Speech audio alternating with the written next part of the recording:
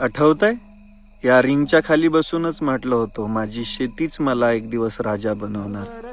तिनं मला बनवलं, माझी शेती अगदी उत्तम चालू आहे. पण जगायचं राहून गेलंय कुठंतरी. या समाजाचे प्रश्न मांडत असताना, समाजासाठी पळत असताना लोकांना एफर्ट्स दिसत नाही आणि मनात खंत निर्माण झाली आणि आता असं वाटायला लागलंय की कुठंतरी जगायचं राहून गेलंय, म्हणून आता थांबावं. हो, थांबावं वाटतंय. का? तुम्हाला खरं सांगू, खरं बोलत असताना किंवा खऱ्याला खरं आणि खोट्याला खोटं बोलत असताना सगळ्यात जास्त अडचण खरं बोलल्यावरती होते. त्याच्यामध्ये लोकांचे हितसंबंध दडलेले असतात आणि त्या हितसंबंधांवरती गदा आली की लोकांना चुकीचं वाटायला लागतं. मी आजपर्यंत जे बोललो ते खऱ्याला खरं आणि खोट्याला खोटं बोललो आणि तीच सत्य परिस्थिती होती.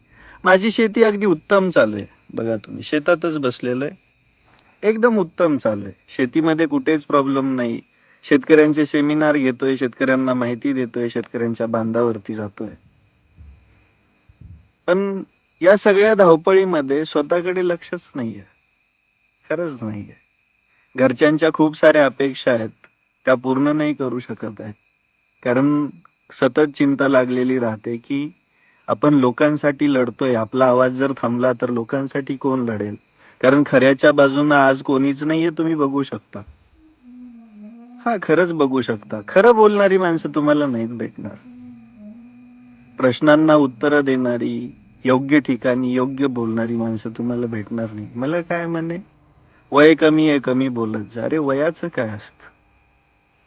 चुकीला चूक म्हणायला जिगरा पाहिजे असतो, जो माझ्याकडे आहे आणि तो अजून पण आहे. पण कुठेतरी असं वाटायला लागलं की हा समाज कधीच बदलणार नाही. या समाजाला तीच खोटी लोक आवडतात ज्यांच्यासोबत यांचे हितसंबंध जोडलेले असतात. मी आजपर्यंत जे काही बोललो ते समाज हितासाठीच होतं.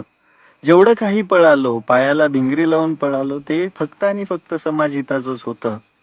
पण काहीही केलं तरी पाय ओढणारेच आपल्याला भेटतात आणि त्याचाच सगळ्यात जास्त कंटाळा आलाय. थांबायचं म्हटलं तरी प्रॉब्लेम आहे, नाही थांबायचं म्हणलं तरी प्रॉब्लेम आहे. पण आता असं वाटतंय की स्वतःसाठी जगावं आणि थोडंसं स्वतःकडे लक्ष द्यावं. तुमच्या प्रतिक्रिया कमेंटमध्ये कळवा. बाकी भेटूया. धन्यवाद.